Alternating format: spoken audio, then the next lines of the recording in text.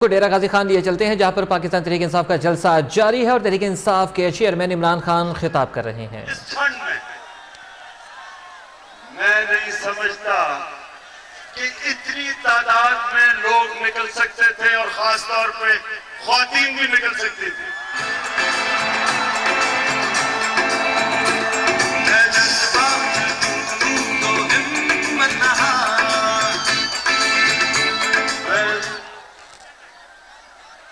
मैं आपको फिर से खराज तहसीन पेश करता हूं और मुझे हैरत है कि अभी तक लोग आ रहे हैं। मैं आपसे माजरत भी करता हूं कि मुझे इतनी देर के बाद डेरा गाजी खान नहीं आना चाहिए था, पहले आना चाहिए था।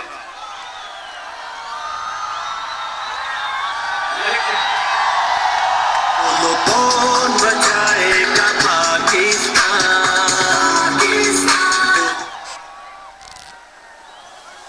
लेकिन अगर मैं यहाँ आया नहीं, डेरा गाजी खान के लोगों ये ना समझना कि मुझे आपके मसले मिसाइल का पता नहीं था, इल्म नहीं था। मुझे सब पता है कि क्या हो रहा है यहाँ। डेरा गाजी खान के लोग सब, जनूबी पंजाब के लोग सब तख्ते लाहौर से तंग आ चुके। लेकिन सिर्फ आप भी नहीं तंग आ गए, सारे पाकिस्तान के लोग तख्ते लाहौर से तंग आ चुके, बल्कि लाहौर के लोग तख्ते लाहौर से तंग आ चुके। और मुझे लगता है कि जो अल्लाह ने सुओ मोटो एक्शन ले लिया है नवाज शरीफ के ऊपर पैनमा में, इंशाअल्लाह पाकिस्तान को शरीफ माफिया से निजात हासिल मिल जाएगी इंशाअल्लाह। खुदाए जरा हाथ खड़ा करके, आप शरीफ माफिया से निजात चाहते हैं? मैं देख रहा हूं पीछे भी हाथ खड़ा करके मुझे बताएं कि आप एक नया पाकिस्तान चाहते हैं। और मैं अब आपको बताऊंगा कि नया पाकिस्तान की जो हम बात करते हैं वो क्या है। नौजवानों, आप खास तौर पे, ये नया पाकिस्तान क्या है? ये नया पाकिस्तान क्या है? नया पाकिस्तान वो है कि जो है नजरिया पाकिस्तान का। ये क्यों बना था पाकिस्तान? नौजवानों, पाकिस्तान क्यों बना था? हिंदुस्तान के मुसलमानों ने क्यों पाकिस्तान बनाने के लिए वोट दी थी? क्योंकि हिंदुस्तान के मुसलमान इलामा इकबाल की ख्वाब एक मिसाली इस्लामी रियासत चाहते थे, एक फैलाई इस्लामी रियासत। वो क्या थी? वो कौन सी रियासत थी? किस लिए लाखों लोगों ने कुर्बानी दी पाकिस्तान के लिए? क्यों जरूरत पड़ी पाकिस्तान की? इलामा इकबाल ने कहा कि हम बर्रे सगीर में एक ऐसा मुल्क बनाएंगे जो सारे इस्लाम की मुसलमान दुनिया में और दुनिया में एक मिसाल बनेगी कि इस्लाम क्या है, कि इस्लाम के वो कौन से असूल हैं जिनके ऊपर हम एक अजीम मुल्क बनाएंगे। और वो रियासत किस मॉडल पे बननी थी? वो बननी थी मदीना की रियासत पे। मदीना की रियासत दुनिया की तारीख की पहली फलाई रियासत बनी थी। एक अदल और इंसाफ का निजाम बना था। नौजवानों, अदल और इंसाफ क्या है? इंसाफ वो होता है जो हर इंसान को उसका हक मिलता है। हर इंसान को जो उसका हक है वो मिलता है। हर इंसान कानून के सामने एक बराबर होता है। चाहे वो डीजी खान का एक छोटा सा मुजाहिरा, चाहे डीजी खान में एक ताकतवर जिम्मेदार, कानून के सामने सब एक बराबर होते। एक छापड़ी वाला, एक रेहड़ी वाला, एक टैक्सी वाला, सारे सबके हुकूक होते। कोई ताकतवर कमजोर के ऊपर जुल्म न कर सके, कोई ताकतवर कमजोर का हक न मार सके, उसको इंसाफ कहते। और अदल क्या होता है?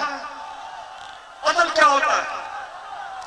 अदल वो होता है जो ताकतवर पैसे वाले लोग अपने हिस्से से उन लोगों को देते हैं जिनको अल्लाह ने ज्यादा नहीं दिया। यानी अदल वो होता है कि जब एक मुल्क में फलाई रियासत बनती है, ताकतवर अपने पैसे से उन लोगों को पैसा देते हैं, उनको लोगों की तालीम के लिए, सेहत के लिए, रोजगार के लिए। जो लोग, जिन लोगों को माशरे में ज्यादा नहीं मिला, मगरब के अंदर फलाई रियासत में एक आम आदमी को मुफ्त तालीम और बेहतरीन तालीम, एक गरीब आदमी को अस्पतालों में मुफ्त इलाज और बेहतरीन इलाज, एक गरीब आदमी अदालत में जाता है, उसको मुफ्त इंसाफ मिलता है, हुकूमत वकील करके देती है। इसको एक फलाई रियासत कहते हैं। एक नौजवान, एक गरीब आदमी बेरोजगार होता है, हुकूमत उसको पैसे देती है जब तक उसको रोजगार नहीं मिलता। ये सारी मगरब के अंदर, यूरोप में, बर्तानिया में ये फलाई रियासत चल रही है। हमारा मुल्क एक मिसाल बनना था जिधर हमने पाकिस्तान को एक फलाई रियासत बनाना था। बदकिस्मती से ना यहाँ इंसाफ है, ताकतवर के लिए एक कानून, कमजोर के लिए दूसरा कानून। ना यहाँ एक आम आदमी को तालीम मिलती है, जिधर एक आम आदमी घर का बच्चा पढ़ के बड़ा इंसान बन सके, बड़ा ओहदा ले सके। या जो आम लोगों को उर्दू मीडियम, दीनी मदरसों में तालीम मिलती है, वो माशरे में ऊपर नहीं जा सकते। यूरोप में सरकारी स्कूलों में मुफ्त तालीम मिलती है, मुल्क के प्राइम मिनिस्टर बन सकते हैं वो। और नौजवानों, ये है नया पाकिस्तान जो इंशाल्लाह बनाएंगे। हमने वो पाकिस्तान बनाना है जिधर इंशाल्लाह सरकारी स्कूलों में एक आम आदमी का बच्चा पढ़ के मुल्क का वजीर आजम बन सके। हमने वो पाकिस्तान बनाना है जिधर एक गरीब आदमी अस्पताल में जाता है, उसको दवाइयों के पैसे नहीं देने पड़ते, उसको बेहतरीन इलाज मिलता है। आज अभी सैफ खोसा ने कहा कि यह शौकत खानम हॉस्पिटल बनाना। सैफ खोसा ने कहा कि डीजी खान में शौकत खानम हॉस्पिटल बने।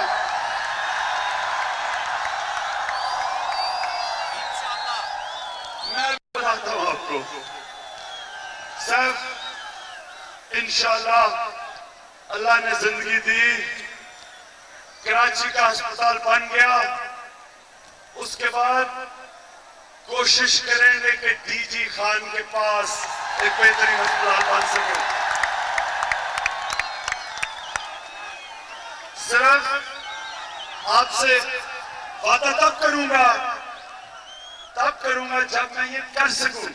झूठा वादा नहीं करूंगा आपसे। कैंसर अस्पताल बनाना आसान काम नहीं है। डॉक्टर चाहिए, मशीनें चाहिए, उनके लिए इंजीनियर चाहिए।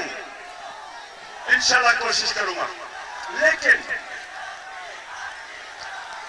आज शौकत खान कैंसर हॉस्पिटल में खुद जाके देखे, गरीब आदमी को मुफ्त इलाज मिलता है, मुफ्त दवाइयां मिलती हैं, मुफ्त खाना मिलता है अस्पताल में। 1 रुपया खर्च नहीं करता। एक दफा गरीब आदमी अस्पताल में आ जाए, इंशाल्लाह सारे पाकिस्तान में अस्पताल हम वो बनाएंगे जिस तरह शौकत खाना में, कि एक आम आदमी को मुफ्त और बेहतरीन इलाज मिले। और दूसरा, इंशाल्लाह रोजगार, ये हक होगा हर पाकिस्तानी शहरी का कि अगर हुकूमत रोजगार के मौके नहीं दे सकती एक आम आदमी को, हुकूमत उसकी मदद करेगी जब तक उसको रोजगार नहीं मिलता। नौजवानों, ये मैं कोई ऐसी बात नहीं कर रहा जो दुनिया में बाकी मुल्कों में हो रही। आज यूरोप में हुकूमत पाकिस्तान तहरीक इंसाफ के चेयरमैन इमरान खान डेरा गाजी खान में खिताब कर रहे हैं और उनका ये कहना है कि इस वक्त तो सूरत-ए-हाल है जो अभी तक लाहौर के लोग भी तख्ते लाहौर से तंग आ चुके हैं और हम सबको एक साथ निकलना होगा। उम्मीद नहीं थी कि डेरा गाजी खान में इतने ज़्यादा लोग वेलकम करेंगे। बहुत देर हो गई डेरा गाजी खान आते आते, यहाँ पर पहले आना चाहिए था। पार्टी परचमों की बहार है पूरे पंडाल में और कप्तान खिताब कर रहे हैं।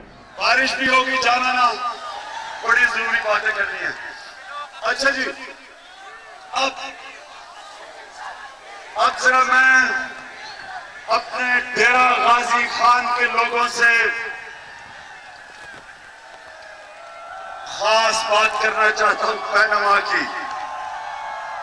ये पैनामा क्या है? क्या है पैनामा? वो चीज हुई कि दुनिया में इंकिशाफ हुआ, बड़े बड़े लोगों का इंकिशाफ हुआ जिन्होंने पैनामा के अंदर कंपनीज बनाई हुई थी अपनी दौलत छुपाने के लिए, अपनी जायदादें छुपाने के लिए। उसमें हमारा मियां नवाज शरीफ पकड़ा गया। नवाज शरीफ पकड़ा गया। अब केस क्या है? सुने नौजवानों, सुनो केस क्या है। केस ये है कि नवाज शरीफ कहता है कि जनाब पैनामा में मेरे बेटों के कंपनीज हैं जिनके अरबों रुपए के फ्लैट हैं। मुझे नहीं पता नहीं, बेटे बड़े ज़हीन बेटे थे, बड़ा काम किया, बड़ी जायदाद उन्होंने बना ली, पता नहीं कौन सी बिजनेस की, मुझे क्या पता। और मेरे बाप ने पैसा बनाया और वो उधर से फिर उसने मेरे बेटे हुसैन नवाज को 2006 में वो कंपनी दे दी और वो उसके पास अरबों रुपए के मेफेयर के फ्लैट आ गए। ये है नवाज शरीफ का केस। हम क्या कहते हैं? हम ये कहते हैं कि नवाज शरीफ, तुमने 93 से ये फ्लैट खरीदे, तुमने अपनी बेटी के नाम फ्लैट लगाए, तुमने अपने बेटों को लंदन जब पहुंचाया यहां से पैसा चोरी करके उनके नाम रख दिया। और जिस तरह नवाज शरीफ आपने पाकिस्तान कौम को तकरीर करते हुए कहा कि जब इंसान करप्शन करता है और चोरी करता है अपने नाम पे कुछ नहीं रखता। नवाज शरीफ, तुमने अपने नाम पे कुछ नहीं रखा, तुमने बच्चों के नाम पे रखा। ये हम कह रहे हैं कि तुमने बच्चों के नाम पे यहां से पैसा चोरी करके, मनी लॉन्ड्रिंग करके बाहर भिजवाया। और ये पैसा किसका था? किसका था? ये पैसा पाकिस्तानी कौम आपका था, ये इमरान खान का नहीं है। ये सारी पाकिस्तानी कौम का पैसा चोरी करके बाहर गया। साउथ कोरिया में जब उनको पता चला कि उनकी सदर ने उनका पैसा करप्शन किया, वो छोटी सी करप्शन थी, साउथ कोरिया के लोग सड़कों पर निकले, लाखों लोग निकले अपने पैसे की हिफाजत करने। जब आइसलैंड का प्राइम मिनिस्टर, वो जब पैनामा में उसकी बीवी का नाम आया, आइसलैंड के लोग सड़कों पर निकले और उन्होंने डिमांड किया कि इस्तीफा दो, और इस्तीफा दिया। आज पाकिस्तानी कौम ये सब अब समझ आए कि जब तक ये करप्शन की कैंसर खत्म नहीं होती, ना यहां गुर्बत खत्म होगी, ना आपको रोजगार मिलेगा, ना यहां सरमायाकारी होगी, ना इदारे ठीक होंगे, ना मुल्क आगे बढ़ेगा। अवाम गरीब हो जाएगी। जिनका पैसा चोरी होता है करप्शन में, छोटा सा तबका अमीर होगा। इसलिए ये पैनामा की जंग पाकिस्तानी कौम की जंग है, करप्शन की जंग हम सब की जंग है।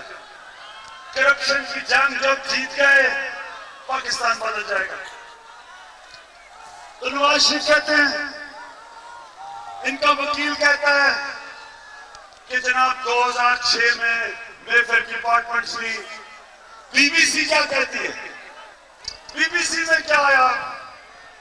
बीबीसी ने ये कहा कि 93 से कोई मालिक बदला नहीं। इसका मतलब बीबीसी में भी आ गया कि मियां साहब आप झूठ बोल रहे हैं।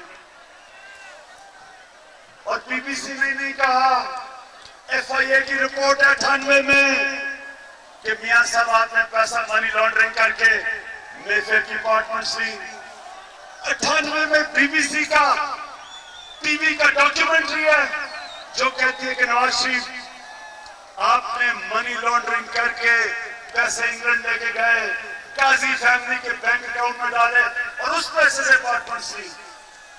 और इसहाक डार का एफिडेविट है 2000 में कि आपने नवाज शरीफ पैसा पाकिस्तानी कौम का मनी लॉन्ड्रिंग करके इसहाक डार के जरिए लंदन भिजवाया। तो अब केस अदालत में है, सुप्रीम कोर्ट तो जो फैसला करेगा वो करेगा, लेकिन पाकिस्तानी कौम हाथ खड़ा करके बताओ कि क्या आपका ख्याल है कि नवाज शरीफ ने आपका पैसा चोरी किया? कोई ऐसा है जो कहता नहीं चोरी किया? मैं देख रहा हूं कोई है। अच्छा, कितने आप समझते हैं कि नवाज शरीफ को सजा होगी?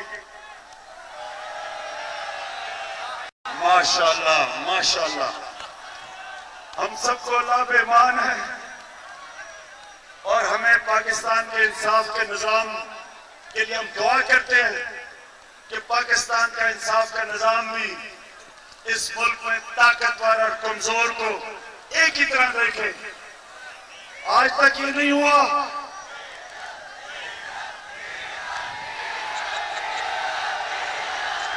ठीक है, अभी तक डीजल का एहतसाब नहीं हुआ। ठीक है, और किसका एहतसाब नहीं हुआ? और किसका एहतसाब नहीं हुआ?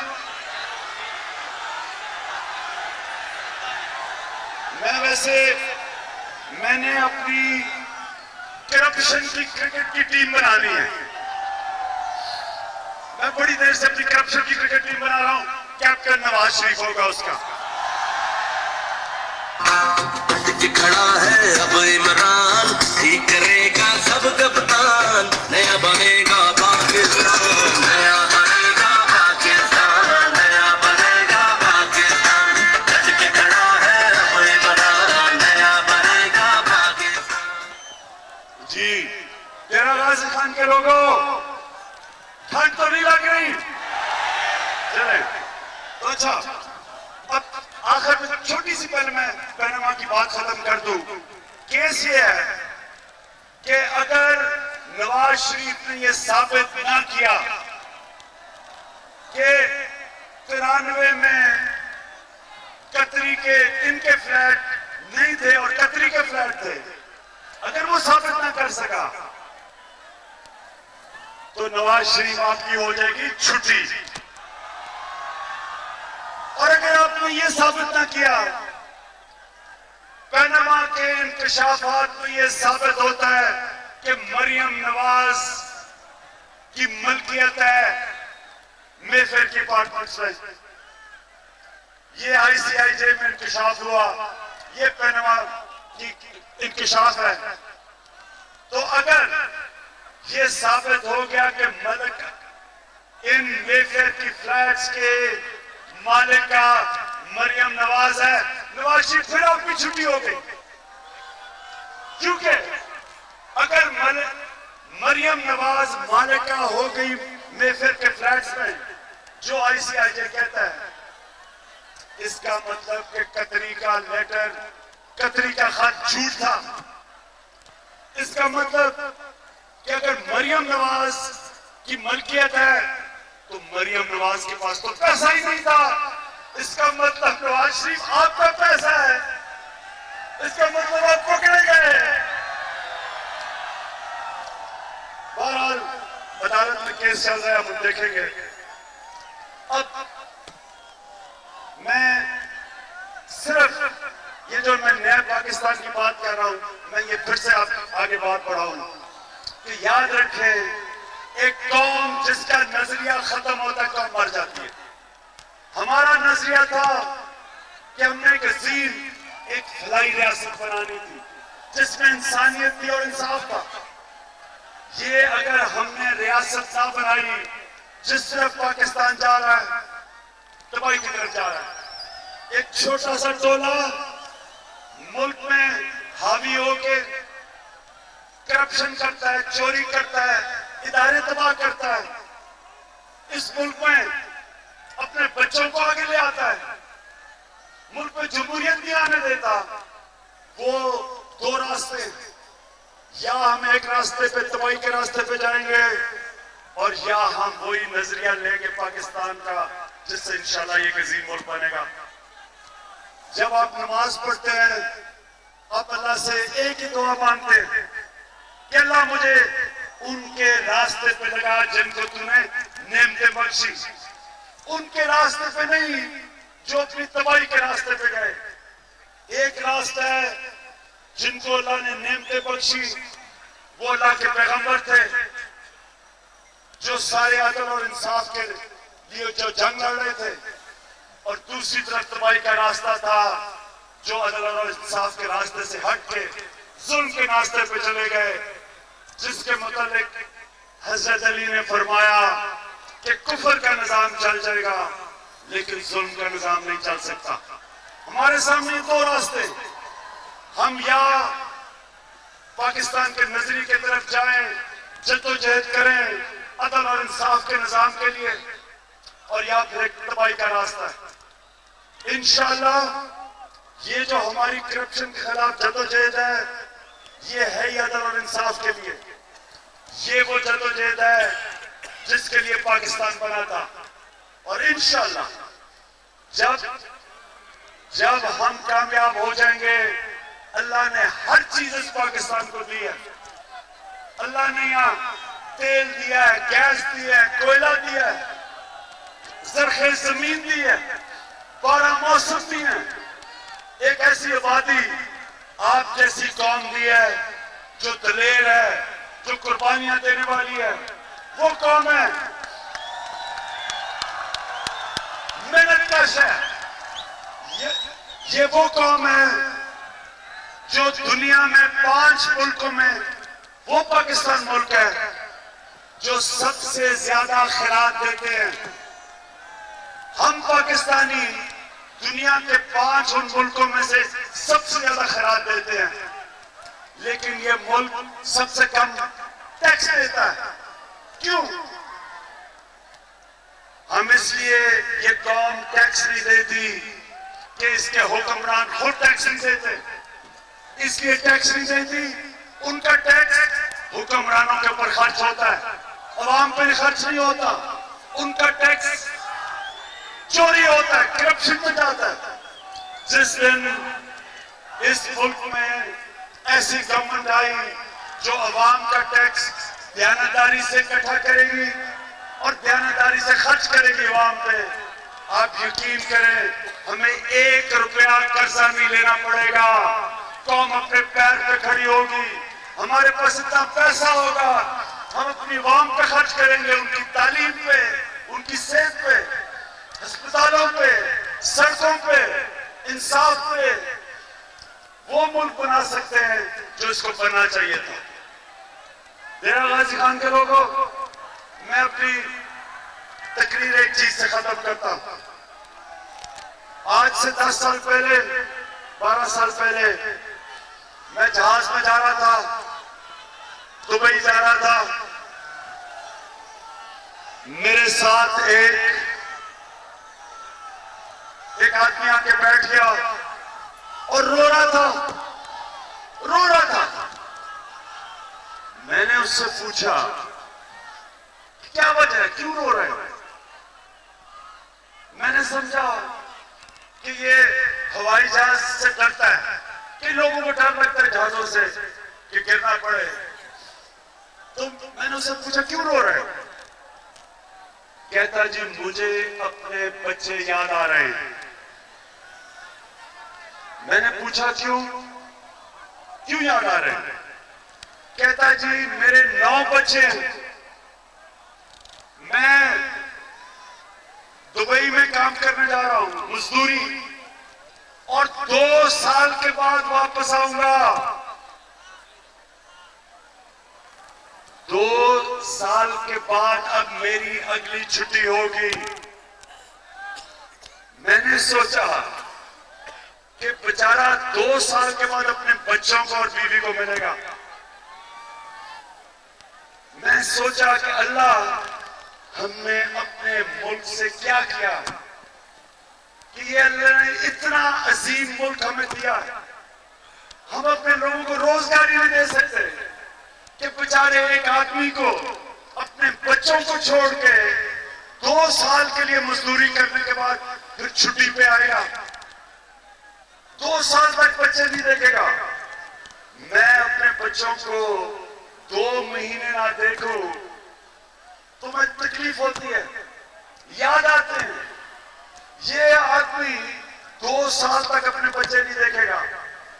ये किया है हमने, किया करप्शन की वजह से। यहाँ कोई सरमायाकारी नहीं करता, करप्शन की वजह से इदारे तबाह कर दिए। हमारे लोगों को बाहर नौकरियां लेने जाना पड़ता है, हमारे नौजवानों को 18-18 घंटे बाहर काम करके अपने घर का सब बेचती हैं। माएं अपने बच्चों को नहीं देखती, बच्चे अपने बाप को नहीं देखते, खामद अपनी बीवियों को नहीं देखते। ये है जुल्म का निजाम। मेरे पाकिस्तानियों, इस निजाम के खिलाफ आपने जद्दोजहद करनी है। अगर हम इस मुल्क में अदल और इंसाफ के लिए नहीं लड़ेंगे, ये बड़े बड़े मगरमच्छ जो पैसा लूट के बाहर अरबों रुपए की जायदादें बनाई हुई हैं, अगर हम इनके सामने खड़े नहीं होंगे, अगर हम जालिम के सामने सर झुका देंगे, ये इसी तरह बेचारे हमारे लोग तकलीफें बर्दाश्त करेंगे। इसी तरह हर घर में इस तरह की तकलीफें होंगी। ये जो जद्दोजहद है, ये आपके मुस्तकबिल की जंग है। नौजवानों, इमरान खान तो वैसे भी अपनी जिंदगी गुजार लेगा। अल्लाह ने इमरान खान को तो सब कुछ दिया, अपना सोचे आपका क्या बनेगा अगर इसी तरह के करप्ट निजाम में आप बैठे रहेंगे। ये है हमारी जंग,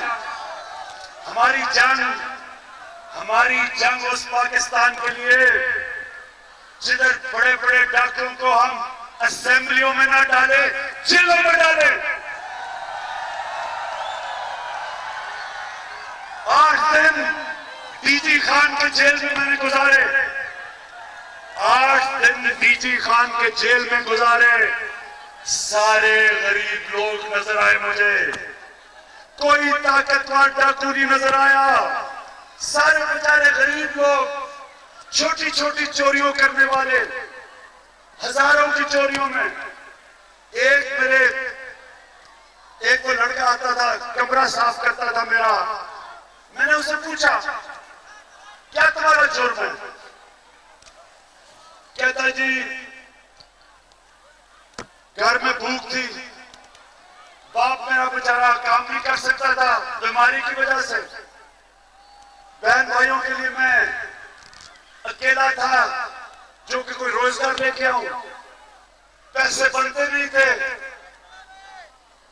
पैसे बनते नहीं थे, घर में खाना नहीं था और मैंने चोरी कर ली। मैंने कहा कितनी चोरी की? कहता है जी 30,000 रुपया मैंने चोरी किया जिधर मैं काम कर रहा था। तो मैंने कहा कितनी देर से जेल में हूं? कहता जी अब 6 महीने हो गए। मैंने कहा कितनी सजा है?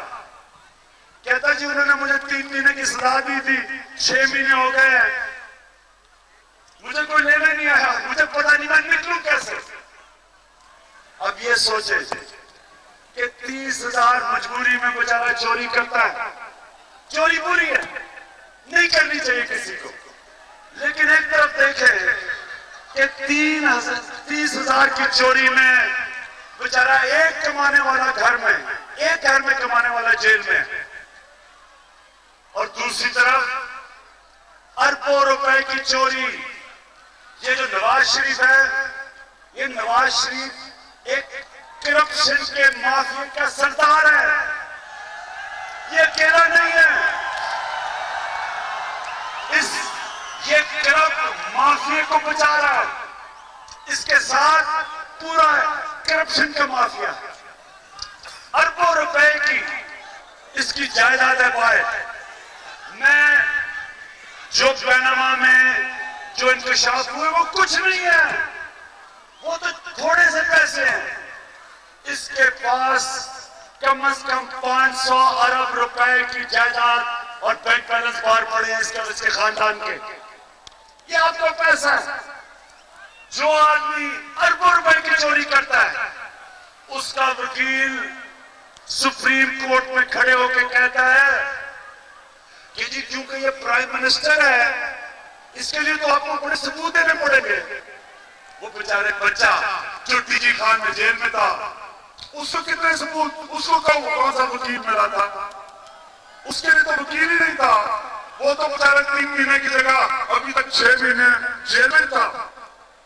सारे लोग जितने पाकिस्तान के जेलों में हैं, जो चोरी में हैं, जितने भी पाकिस्तान के जेलों में छोटे चोर हैं, इन सारों की हजारों लोग, इनकी सबकी चोरी आप मिला लो, एक नवाज शरीफ की पैनामा में उससे ज्यादा चोरी है।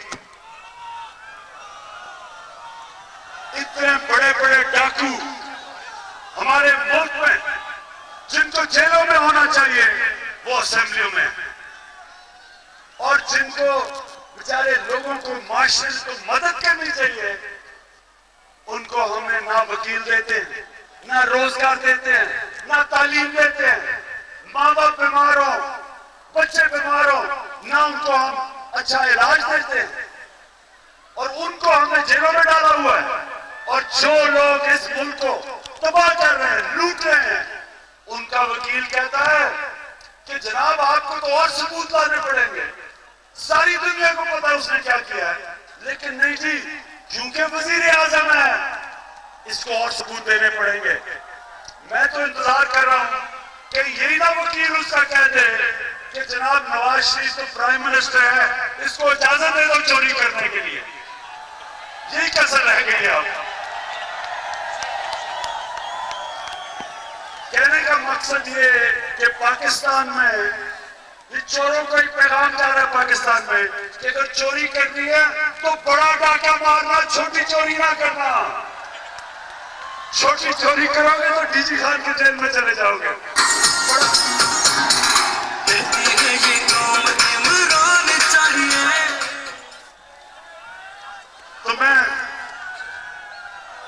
आज डीजी खान के लोगों, नौजवानों, इंशाल्लाह फिक्र ना करो, मुझे बड़ा अच्छा मुस्तकबिल नजर आ रहा है पाकिस्तान का।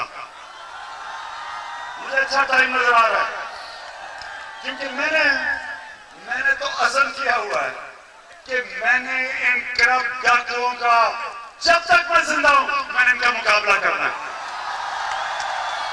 आप खड़े हैं मेरे साथ, खड़े हो, हाथ खड़ा करके, हाथ खड़ा करके।